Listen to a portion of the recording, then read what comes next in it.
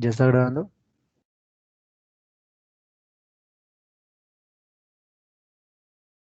Sí, ya, dale. Buenos días, somos de Entrenamiento Deportivo, Grupo 403. Quien les habla, Brian Villamil Suárez y Mayra Sofía Fuentes. Les vamos a hablar acerca de la psicología científica. Pues, primero está el funcionalismo, que fue instruido por William James, quien decidió estudiar los funcionamientos de de la mente para adaptarse a los constantes cambios eh, pues, que se presentaban en el entorno. Este pues realizó sus primeros estudios en Chicago y pues él hablaba que la conciencia era un flujo de imágenes y sensaciones cambiantes. Entonces, es decir, que a través de las imágenes el ser humano percibía diferentes sensaciones y era a través de la mente pues que tomaba ciertas decisiones para poderse adaptar al medio que lo rodeaba. Él estudió principalmente el pensamiento, la percepción, los hábitos, las emociones como instrumentos de adaptación del ser humano eh, según pues el entorno en el que estuviera este. Eh, Su principal estudio se basó en los procesos mentales o la función psíquica. Realizó estudios en animales primeramente y luego pasó esos estudios a los seres humanos, sobre todo hacia la psicología educativa, es decir, cómo el ser humano tenía la capacidad de responder y resolver algunos problemas eh, a través de la educación. Por ejemplo, pues su habilidad para leer, estudiar algunas cosas y demás. Luego de eso está el conductismo, em, fundamentado por John Watson, quien estudió la conducta principalmente en los animales. Él por conducta se refería a algo que fuera visible o objetivo. Entonces, pues él basaba sus estudios en los estímulos y las respuestas. Entonces él decía que la conducta se aprendía.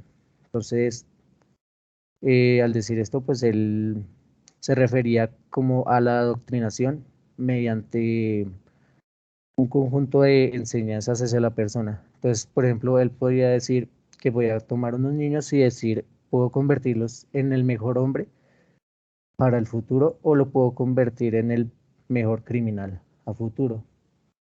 Entonces, pues digamos, a través del adoctrinamiento forzado y demás, era como él veía eh, como esa conducta, reforzando la conducta, por ejemplo, cuando entrena uno a un perro, entonces para enseñarle a sentarse, pues se hace, por ejemplo, primero con una comida y se le obliga a sentarse hasta que llega un momento en el que solamente uno con una señal, él lo hace voluntariamente.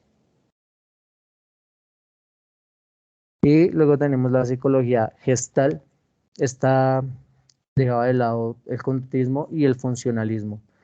Pues Max Wertheimer estudió los procesos de la mente y pues como de una manera no tan específica como lo hacía el conductismo y el funcionalismo, sino que él se basó en todas las partes externas al ser humano y que a través de estas él tenía la capacidad de aprender. Entonces, era básicamente eso en la psicología gestal. No se basaba en la conciencia ni, ni como en los estímulos y las respuestas, sino cómo el ser humano procesaba lo que veía a nivel externo y de qué manera reaccionaba y se relacionaba con esas cosas para ir aprendiendo poco a poco. Entonces, pues digamos que en la interacción externa que había, pues cómo afectaba a la persona a nivel emocional, a nivel psicológico, a nivel biomecánico y a nivel fisiológico.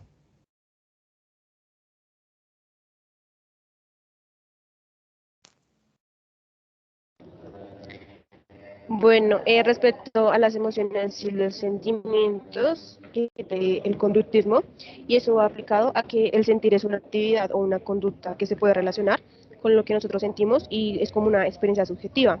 Entonces surge una pregunta de cómo se puede sentir algo en concreto en nosotros. Pues resulta que para cada cosa que nosotros hacemos se genera un efecto en el cuerpo. y eso es lo que sentimos, esos son los sentimientos.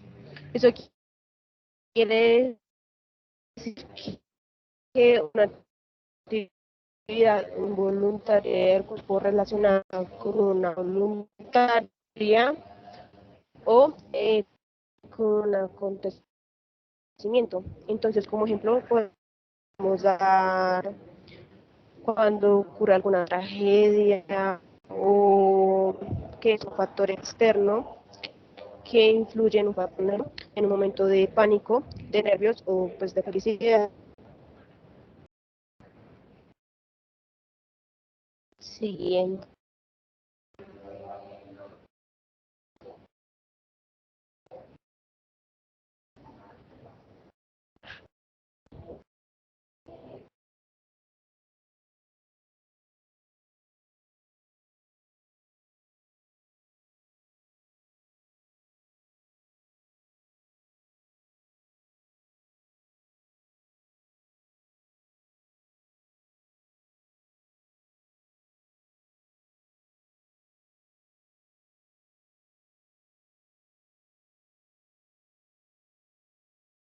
Sofía, ¿estás hablando? Aló, se me fue la conexión. Dale. Pues entonces en ese momento pues pausas el video y lo juntas con esto, Sí, sí, dale. ¿sí?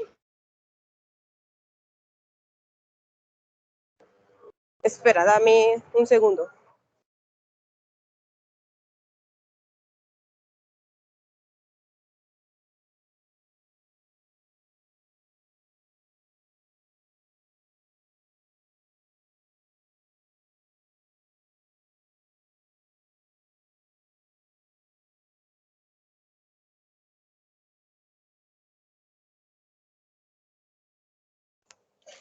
Listo. Listo, dale, continúa. Bueno, en cuanto al aprendizaje, se dice que el aprendizaje se ve como una adquisición de nuevas conductas o de nuevos comportamientos. Entonces, pues existe una teoría del refuerzo, que esta consiste en describir el proceso por el que se aumenta la asociación continuada de una respuesta, pues ante un posible estímulo, a lo que la persona obtiene pues como una recompensa previamente. Y bueno, pues digamos que los ejemplos para esto es que el aprendizaje se ve mucho enfocado en los colegios o en las universidades. ¿Y qué ejemplos pasan? Pues pasa, digamos, la motivación que sea ajena al estudiante, que el estudiante desarrolle únicamente la memoria o cuando se cree dependencias del alumno o estímulos externos. Siguiente.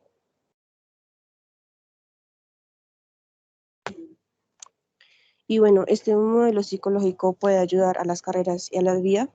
Por respecto a nuestras vidas, nosotros como personas somos elementos activos, más no negativos, donde somos capaces de actuar en base a impulsos internos o elementos externos. Pues esto qué quiere decir? Que nosotros interpretamos los estímulos y respondemos a ello de acuerdo pues a dicha interpretación. Y pues referente a nuestra carrera en entrenamiento deportivo, se destaca hacia una orientación motriz y destreza que nosotros queramos desarrollar previamente en el deportista, pues donde él puede adquirir diferentes actitudes respecto a esto y pues asimismo se puede ejercer una conducta en base a ellos. Listo, ahora, pues, ¿qué críticas surgen a partir de la psicología conductista? Pues es que esta ignora la conciencia y los sentimientos del estado de la mente. No hay un papel que se le asigne a la personalidad o al mismo, es decir, pues la persona no tiene como una identidad, por así decirlo. Y no hay un lugar a la libertad o a la voluntad de hacer las cosas de manera intencionada. No hay una intención por explicar los procesos cognitivos, ni la intuición, ni cómo funciona el proceso creativo, sino que pues en todo momento se ve a la persona como un proceso, que como un objeto receptor y pasivo. Podemos poner un ejemplo como si fuera un robot cogemos a la persona, pues le decimos esto está bien y esto está mal. Entonces lo empezamos a regir por esa conducta de lo que es bueno y lo que es malo y de esa manera pues empezamos a crear una persona conforme nuestras comodidades. Y eso sería todo. Muchas gracias.